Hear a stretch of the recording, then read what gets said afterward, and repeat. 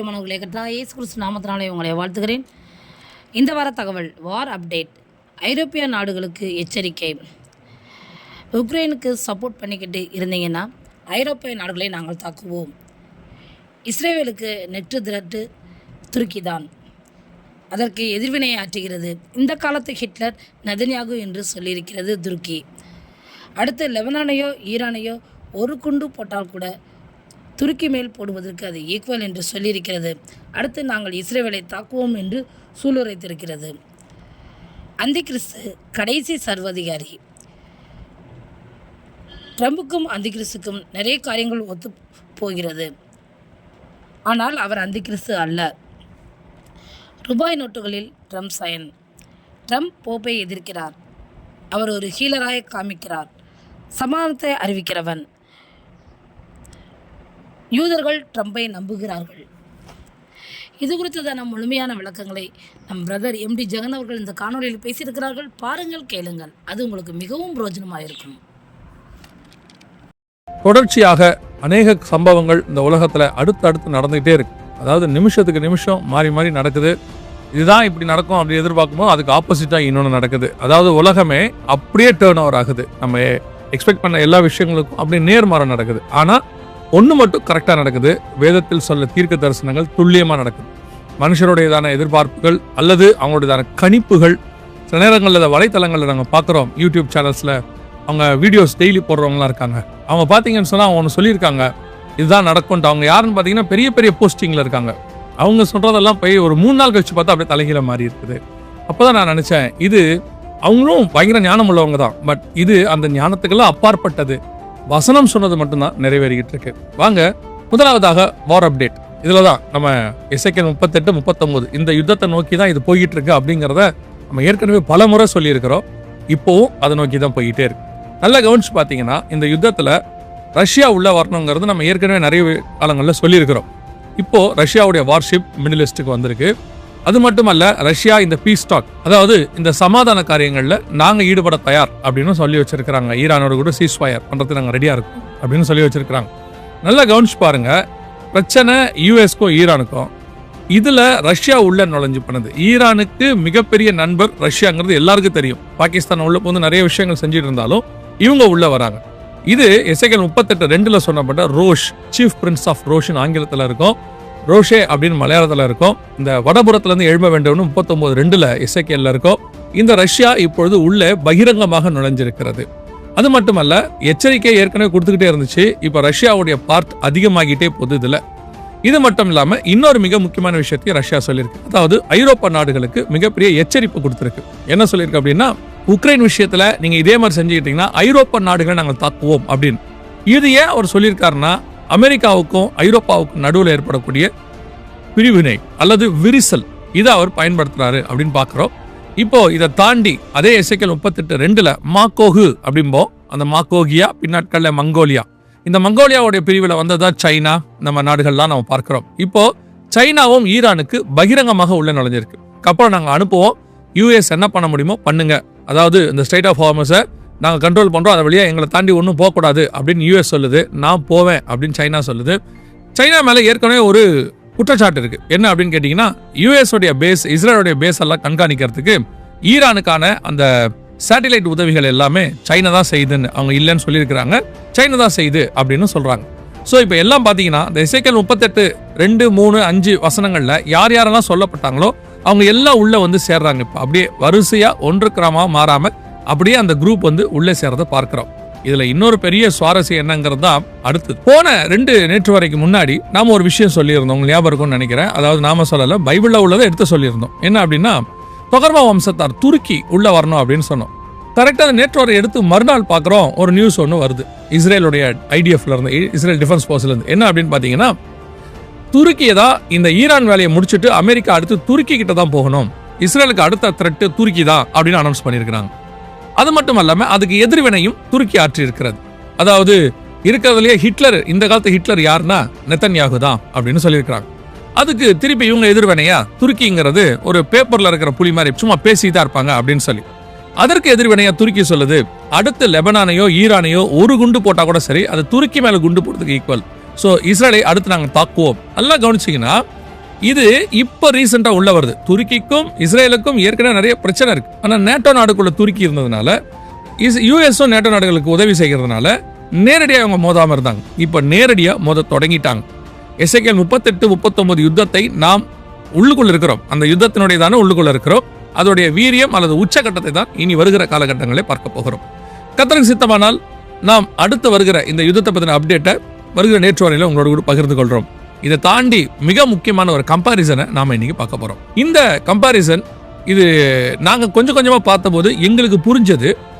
ஏற்கனவே நம்ம நிறைய காரியங்களை சொல்லியிருக்கிறோம். என்னன்னா அந்தி கிறிஸ்து அப்படின்னு ஒரு காரியத்தை உங்களுக்கு சொல்லியிருக்கிறோம். 1 யோவான் 2:18 அந்தி கிறிஸ்துங்கிறதான வேர்டை வந்து பைபிள் யூஸ் பண்ணுது. இந்த அந்தி கிறிஸ்துனா என்ன அப்படின்னா, உலக பிரகாரமாக சொன்னா, அதாவது நார்மலாக சொன்னோம்னா, கடைசியாக ஒரு சர்வாதிகாரி வருவான், இவன் தான் உலகத்தை அழிக்க போறவனாக இருப்பான், கடவுளுக்கு எதிராக இருப்பான் அப்படின்ற மாதிரி ஒரு காரியத்தை நம்ம பார்க்கிறோம். இது எல்லா மதங்கள்லையும் வெவ்வேறு விதத்தில் சொல்லப்பட்டிருக்கிறது. ஆனால் இதில் ஒரு பெரிய ஆச்சரியம் என்னன்னா, அந்த அந்த அந்தி கிறிஸ்துங்கிறது ஒரு ஸ்பிரிட். அது எவன் மேலே இருக்கோ அவன் அப்படி மாறுவாங்கிறது வேதத்தின்படி நாம் பார்க்கிறோம். பிள்ளைகளே, இப்பொழுதும் அநேக அந்தி கிறிஸ்துகள் இருக்கிறார்கள் அப்படின்னு நம்ம பார்க்கிறோம் 1 யோவான் 2:18. ஸோ இந்த அந்தி கிறிஸ்துங்கிறது ஒரு ஸ்பிரிட். அது நிறைய பேர் மேலே இருக்கும், அவங்களுக்கு அந்த குணாதிசயங்கள் இருக்கும். ஆனால் ஒரிஜினலாக அந்தி கிறிஸ்துனே ஒருத்தன், அதுக்குன்னு அந்த ஸ்பிரிட்டுக்குன்னே ஒருத்தன் பிறப்பான். இப்போ எப்படி பரிசுத்த ஆவியானவர் நம்ம எல்லா மாதிரி இருக்கிறாரு, நம்ம ஆவியானவர்கள் அல்லது ஆவிக்குரியவர்கள் நம்ம சொல்கிறோம் இல்லையா? ஆனால் பரிசுத்த ஆவிக்குனே ஒருத்தர் பிறந்தவர் இருந்தார், பரிசுத்த ஆவியிலேயே பிறந்தவர் இருந்தார். அவர் தான் அதை கொண்டு வந்து நம்ம எல்லாருக்கும் கொடுத்தாரு. அவர் தான் ஆண்டவராகிய இயேசு கிறிஸ்து. அதே மாதிரி தான் இந்த ஆன்டிகிறிஸ்டோட ஸ்பிரிட்டோட சுபாவங்கள் அநேகருக்குள்ள இருக்கும். ஆனால் அந்த ஆன்டிகிறிஸ்டோட ஸ்பிரிட்டுக்குனே பிறந்த ஒருத்தர் இருப்பான், அவனை தான் நம்ம அந்தி கிறிஸ்து என்று சொல்ல போகிறோம். ஏன் இவ்வளோ எக்ஸ்பிளனேஷன் கொடுக்குறேன்னு கேட்குறீங்களா? இப்போ ட்ரம்ப் பண்ணக்கூடிய எல்லா காரியங்களையும் பாருங்க. நான் ஒரு 6 காரியங்களை உங்களை மத்தியில் அப்படி லிஸ்டாக சொல்கிறேன். அந்தி கிறிஸ்துக்கான எல்லா கம்பாரிசனும் அவருக்கு ஒத்து போகும். ஆனால் அவர் அந்தி கிறிஸ்து அல்ல, முதல்ல சொல்லிடுறேன். இந்த எல்லா காரியங்களும் அவருக்கு ஒத்து போகுது. இது எதற்காகன்றதையும் உங்களுக்கு கடைசியாக சொல்றேன். முதலாவது, அந்தி கிறிஸ்துவை குறித்து வேதம் சொல்லுது 13ஆம் அதிகாரம் வெளிப்படுத்தின விசேஷம் 5வது வசனத்துல, 42 மாதம் அளவும் அவன் யுத்தம் செய்வான், எல்லாரையும் ஜெயிக்கும்படி அவனுக்கு அதிகாரம் கொடுக்கப்பட்டது, அவன் சகல கோத்திரத்தையும் கண்ட்ரோல்ல கொண்டு வருவான் அப்படின்னு பார்க்கிறோம் 7வது வசனத்துல. இப்போ நல்லா கவனிச்சு பார்த்தீங்கன்னு சொன்னா, அந்தி கிறிஸ்துக்கான அந்த ஒரு சுபாவம் இப்போ செகண்ட் ட்ரம்ப் 2.0 அவருக்கு வந்திருக்கு. அவர் இப்போ அடுத்து ஒவ்வொரு நாடாக பிடிக்க ஆசைப்படுறாரு. கிரீன்லாண்டை கண்ட்ரோல் பண்ணணும்னு நினைக்கிறாரு. அடுத்து வந்துட்டு கனடாவை தன்னோட கூட சேர்த்துக்கொள்ளணும்னு நினைக்கிறாரு. இப்போ ஈரானை தான் கண்ட்ரோலில் கொண்டு வரணும்னு நினைக்கிறாரு. வெனின்சுலாக்குள்ள போய் அவங்கள தூக்கிட்டு வந்தாரு. இப்போ இதை முடிச்சுட்டு கியூபாக்குள்ள போறேன் அப்படிங்கிறாரு. நான் என் பேச்சை கேட்காட்டி உலக நாடுகள் எல்லாத்தையும் டாரிஃப் போட்டு நான் வந்து கஷ்டப்படுத்துவேன் அப்படிங்கிறாரு. இப்போ நல்லா கவனிச்சு பார்த்தீங்கன்னா, இந்த 2வது முறை ட்ரம்ப் வந்தபோது நல்லா கவனிங்க, யுத்தம் அதிகமாக நடந்துகிட்டே இருக்குது. ஸோ ட்ரம்ப் யுத்தத்தை பற்றி கவலைப்படவே இல்லை, அடுத்த யுத்தங்கள் நடத்திக்கிட்டே இருக்கிறார். இதில் மட்டும் பார்த்தீங்கன்னா எத்தனையோ ஆயிரம் மக்கள் செத்து போயிருக்கிறாங்க. ஆனால் அதுக்கு பின்னாடி அவர் ஒரு ரீசனை சொல்லிக்கிட்டே இருக்கிறார். இது முதலாவது பாயிண்ட். 2வது மிக முக்கியமான பாயிண்ட், வெளிப்படுத்தின விசேஷம் 13ஆம் அதிகாரம் 16-17 வசனத்தில், அந்த மிருகத்தின் முத்திரையாவது நாமத்தையாவது நாமத்தின் லக்கத்தையாவது தரித்துக் கொள்கிறவன் தவிர வேறு ஒருவனும் கொல்லவும் விற்கவும் கூடாதபடிக்கு செய்தது. அவருடைய அர்த்தம் என்ன அப்படின்னு பார்த்தீங்கன்னா, அந்த ஒரு மிருகம் கவர்மெண்ட்டோ அல்லது ஆன்டி கிரைஸ்டோ, அவனுடையதான முத்திரை சைன், அவனுடைய பெயர், அவனுடைய ஒரு நம்பர், இது இல்லாம எதையும் வாங்க முடியாது, விற்க முடியாது. கண்டிப்பா இது பின்னாடி நடக்க போறது தான், அதுக்கான ஆயத்த பண்ணி நடக்குது. ஆனா இப்ப ட்ரம்ப் பண்ணியிருக்கிறத பாருங்க, அமெரிக்க வரலாற்றிலேயே 150 வருஷமா நடக்காத ஒரு சம்பவத்தை அவர் செஞ்சிருக்கிறார். என்ன அப்படின்னு கேட்டா, தன்னுடைய கையெழுத்து எல்லா ரூபா நோட்லயும் வரணும் அப்படின்னு செஞ்சிருக்கிறார். அதாவது ரூபா நோட்டுகள் எல்லாம் ட்ரம்ப்புடைய சைன் இருக்கணும் அப்படின்னு. இது ஒரு வகையான ஆன்டி கிரைஸ்டோடைய சுபாவம். தன்னுடைய சைன் எல்லா இடத்துலையும் இருக்கணும். இது வந்து தன்னுடைய பெருமையை காட்டக்கூடியது, அல்லது தன்னுடைய பேர் நிலைத்திருக்கணும் அப்படின்னு நினைக்கக்கூடியது. நம்ம பேரை பெருமைப்படுத்துகிற ஒரு ஆண்டவர் தானே. இப்போ இவரை பார்த்தீங்கன்னா நல்லா வெளிப்பரமாக இந்த காரியத்தை செஞ்சுக்கிட்டே இருக்கிறார். இது 2வது பாயிண்ட். 3வது பார்த்தீங்கன்னா அகைன்ஸ்ட் போப். அவன் வரும்போது என்ன செய்வான் அப்படின்னு பார்த்தீங்கன்னா, வெளிப்படுத்தல் 17ஆம் அதிகாரத்தில் 18ஆம் அதிகாரத்தில் 7 மலை உள்ள நகரத்தை அவன் எதிர்த்து, அந்த மலையை, அதாவது இப்போ நம்ம பார்க்கறது ரோம், வேட்டிகன் எல்லாத்தையும் சொல்றேன், அதை அவனை எதிர்த்து அந்த நகரத்தை தீக்கிரையாக்கி போடுவான் அப்படின்னு பார்க்குறோம். நல்லா கவனிச்சிங்கன்னா, இப்போ ட்ரம்ப் வந்து போப்பை எதிர்க்க ஆரம்பிச்சிருக்கிறார். அதாவது போப் வந்து என்ன சொன்னார்னா, யுத்தம் வேண்டாம், அதான் சொன்னார். சரியாக பைபிள் படி பார்த்தா இந்த மாதிரி யுத்தம்லாம் பண்ணக்கூடாது அப்படின்னு அவர் சொன்னார். ட்ரம்ப் அதற்கு அகைன்ஸ்டாக ஒரு எதிர்வினை ஆற்றி இருக்கிறார். எதிர்வினை ஆற்றுறது மட்டுமல்ல, தனிப்பட்ட முறையில் 1-to-1 போப்பை திட்டி இருக்கிறார். அவர் மட்டுமல்ல, துணை ஜனாதிபதி வேன்ஸ், அவரும் அவரை போப்பை கொஞ்சம் பேசியிருக்கிறார். ஆனால் உண்மையிலே பார்த்தா வேன்ஸ் வந்து கத்தோலிக்கர், அவர் கத்தோலிக்க மதத்துக்கு கன்வெர்ட் ஆனவர். அவர் என்ன பண்ணியிருக்கிறாரு அப்படின்னு சொல்லி கேட்டீங்கன்னு சொன்னால் போப்புக்கு எதிர்வினை ஆற்றி இருக்கிறார். ஆனால் வேன்ஸ் வந்து கத்தோலிக்கத்தில் கன்வெர்ட் ஆகி ஒரு புக்கே எழுதி அவர் வந்து ரிலீஜியஸ் மேன் அப்படின்னு சொல்லி ஒரு நல்ல பேர் வாங்கினவர். அவருமே இப்போ பார்த்தீங்கன்னா வேட்டிக்கனை எதிர்க்கிறாங்க. ஆன்டி கிரைஸ்ட் வரும்போது வேட்டிக்கனை எதிர்ப்பாங்கிறது ஒரு மிக முக்கியமான காரியம். அடுத்து 4வதாக ஆன்டி கிரைஸ்ட் வரும்போது தன்னைத்தான் தேவன் என்று காண்பிக்கிறவனாக இருப்பான் அப்படின்னு பார்க்கிறோம். 2 தெசலோனிக்கேயர் 2ஆம் அதிகாரம் 3-4 வசனங்களில் தன்னையே தேவன் என்று காண்பிக்கிறவனா இருப்பான். சமீபத்தில் ட்ரம்ப் பண்ண ஒரு வேலை எல்லாருக்கும் ஒரு முகசுளிப்பை ஏற்படுத்துச்சு. ஆனால் ஏன் அவர் அப்படி பண்ணாருங்கிறத அவர் ஒரு விளக்கம் கொடுத்துருக்கிறாரு. அது ஏற்றுக்கொள்ளக்கூடிய விளக்கமா இல்லை. என்ன அப்படின்னு கேட்டீங்கன்னா, ஒரு ஆளை ஹீல் பண்ற மாதிரி ஒரு போட்டோ ஒன்று போட்டிருந்தார், ஏஐ ஜென்ரேட் பண்ணி போட்டிருந்தார். அதில் அவர் என்ன பண்ணியிருக்கிறாருன்னா, நான் டாக்டரை நினச்சி தான் போட்டேன் அப்படின்னு அவர் சொல்றாரு. ஆனால் அதில் பார்த்தீங்கன்னா அது வந்து இன்னைக்கு உள்ள ட்ரெஸ் கோட் கிடையாது. அது கிட்டத்தட்ட ஒரு 2000 வருஷத்துக்கு முன்னாடி இருக்கக்கூடிய ஒரு ட்ரெஸ் கோட், யூதர் கலாச்சாரத்தில் ஒரு ட்ரெஸ் கோட். அது மட்டுமல்ல, ட்ரம்ப்புக்கு பின்னாடி வானத்திலேருந்து ஒரு 3 பேர் இறங்கி வர மாதிரி இருக்கு. இது எதுவுமே அவர் சும்மா தன்னை ஒரு மருத்துவராக காட்டுறதுக்காக போட்டதில்லை, அது தன்னை கிரைஸ்டாக காட்டுவதற்கு போட்டது. அந்த இடத்துல அவர் தன்னை ஒரு கிரைஸ்டுக்கு அடையாளமாக தான் போட்டிருக்கிறாரு அப்படின்னு எல்லாருக்குமே தெரியுது. ஆனால் அவர் இல்லைங்கிறாரு. அவருடைய கருத்தை நம்ம ஏற்றுக்கொள்ளத்தான் வேண்டும், அது விவாதத்துக்குரியது. ஆனால் தன்னை திடீரென்று இப்படி போட வேண்டிய அவசியம் என்ன? இதுதான் இப்போ ஒரு கேள்வி. ட்ரம்ப் வந்து ஒரு ஜனாதிபதி, அவர் ஏன் இப்போ திடீர்னு ஒரு ஹீலராக தன்னை காட்டினார், தன்னை ஹீல் பண்ணக்கூடிய பர்சனாக காட்டுறாரு அப்படின்னு பார்க்கும்போது சந்தேகத்துக்குரியதாக மாறுது. இது ஆன்டி கிரைஸ்டோட சுபாவத்தில் 4வது மிக முக்கியமான விஷயம்.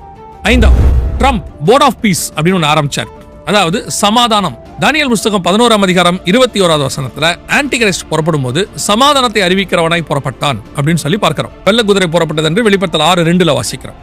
இப்ப பாத்தீங்கன்னு சொன்னா இவர் ஒரு சமாதானம் போர்ட் ஆஃப் பீஸ் அப்படின்னு ஒன்று ஆரம்பிச்சு எல்லா நாட்டையும் அதுக்குள்ள கொண்டு வர போறேன், UN வேண்டாம், அதுக்கு மாற்றா ஒன்று செய்வோம் அப்படிங்கிற மாதிரி ஒன்று உருவாக்கினார். இது ஆன்டி கிரைஸ்ட் செய்யக்கூடியதான ஒரு மிக முக்கியமான விஷயம். உங்களுக்கு தெரியும் நினைக்கிறேன். இந்த சமாதானத்துக்கான நோபல் பரிசுக்காக ட்ரம்ப் பட்ட பாடுகள் என்ன நமக்கு தெரியும். கடைசியில் அவருக்கு அது கிடைக்கல. வெனின்சுலா அதிபரை பிடிச்சதுனால அதுக்கு இவருக்கு ஏற்ற மாதிரி அங்கே ஒரு அம்மா இருக்காங்க வெனின்சுலால, அந்த அம்மா கொண்டு வந்து இவங்களுக்கு அந்த அம்மா கொடுத்த சமாதானத்துக்கு நோபல் பரிசை இவருக்கு கொடுத்தாங்க. இவர் வாங்கிக்கிட்டார். யோசிச்சு பாருங்க, சமாதானத்துக்கான நோபல் பரிசு எது கிடைச்சிச்சுன்னா ஒருத்தரை பிடிச்சி ஜெயிலில் போடுறதுக்காக கிடைச்சிச்சு அப்படின்றதான் அதோடைய கருத்து. இது ஆன்டி கிரைஸ்டோடையதான அடுத்த சுபாவம், தன்னை சமாதானம் அறிவிக்கிறவனாய் காண்பித்தல். கடைசியா ஒரு விஷயம், இதான் ரொம்ப ஆச்சரியம். என்ன அப்படின்னு கேட்டீங்கன்னா, யாரையுமே நம்பாத யூதர்கள் ட்ரம்ப்பை நம்புறாங்க. ட்ரம்ப்புக்காக ஒரு காயினே போட்டாங்க. எருசலேம் அவர் கொடுத்தாரு அப்படின்றது ஒரு காயின் போட்டாங்க. இப்போ மட்டுமல்ல, ட்ரம்ப் அடுத்து இந்த தேவாலயத்தை கட்டி கொடுக்கறதுக்கான இடம், அந்த இடத்த செஞ்சிருவாரு அப்படின்னு ஒரு பெரிய நம்பிக்கையில் இருக்காங்க. இஸ்ரேல்ல இந்த கடைசி 50 வருஷத்துல இஸ்ரேல் அல்லாத ஒரு மனுஷனுக்கு, அதாவது இஸ்ரேல் தேசத்தை சாராத யூதர்களை சாராத ஒரு மனுஷனுக்கு இவ்வளோ கனத்தை அந்த நாட்டில் அவங்க என்னென்னலாம் செஞ்சிருக்காங்கன்றதை நீங்கள் போய் பார்க்கணும். ட்ரம்ப்புக்கு காயின் போட்டிருக்கிறாங்க, ஒரு தெருக்கு பேர் வச்சிருக்கிறாங்க, ட்ரம்ப்புக்குன்னு ஒரு தனி கான்செப்ட் செஞ்சிருக்கிறாங்க, என்னெல்லாம் பண்ணியிருக்காங்கன்னு நீங்கள் போய் பார்க்கணும். அப்படி அவங்க செய்கிறாங்கன்னா அது ட்ரம்ப்புக்கு மட்டும்தான் செய்கிறாங்க. ஸோ இப்போ முழுமையாக இந்த இஸ்ரேல் வந்து ட்ரம்ப்பை நம்புது. அது மட்டுமல்ல, ட்ரம்ப்பவே என்ன சொல்கிறாங்க அப்படின்னா, அவர் ஒரு யூதரை போல செயல்பட ஆரம்பிச்சிட்டாரு அப்படின்னு சொல்லி. ஆனால் கடைசியாக பார்த்தீங்கன்னா இது எதுவுமே நடக்காது. அதாவது ட்ரம்ப்போடைய ஆட்சி போக போது, அது வேற விஷயம். இது எல்லாத்தையும் நீங்கள் ஓவராலாக பார்த்தீங்கன்னா ஒரு ஆன்டி கிரைஸ்டோடைய சுபாவத்துக்கான எல்லா கான்செப்டும் அவருக்குள் காணப்படுகிறது. இப்போ நீங்கள் என்ன கேட்கலாம், இதை வச்சு நீங்கள் என்ன சொல்ல வரீங்க, ட்ரம்ப் தான் ஆன்டி கிரைஸ்ட் சொல்றீங்கன்னா? இல்லவே இல்லை. ஆன்டி கிரைஸ்ட் ஐரோப்பியன் யூனியன்ல இருந்து 10 நாடுகள் கூட்டமைப்புக்கு நடுவில் இருந்து வரணும். ஏன்னா தானியேல் புஸ்தகம் 7ஆம் அதிகாரத்திலும் சரி, வெளிப்படுத்தின விசேஷம் 17ஆம் அதிகாரத்திலும் சரி, அந்த 10 கொம்புகள் நடுவிலிருந்து சின்னதான ஒரு கொம்பு புறப்பட்டு, அதுல மாற்று கருத்தே இல்லை. அதற்கு 7 தலை இருக்கணும், 7 மலை உள்ள நகரம் இருக்கணும்னு பைபிள் சொல்லுது. கன்ஃபார்மாக அது யூரோப்பியன் யூனியன், அதுலேயும் இட்டாலி, அதுலேயும் ரோம், அதுலேயும் அது ரோமை சுற்றி இருக்கிற 7 மலைகளாக தான் இருக்கணும். இப்போ நீங்கள் நல்லா கவனிச்சு பார்த்தீங்கன்னா யூஎஸ்க்கும் இட்டாலிக்கும் பிரச்சனை போயிட்டே இருக்குது.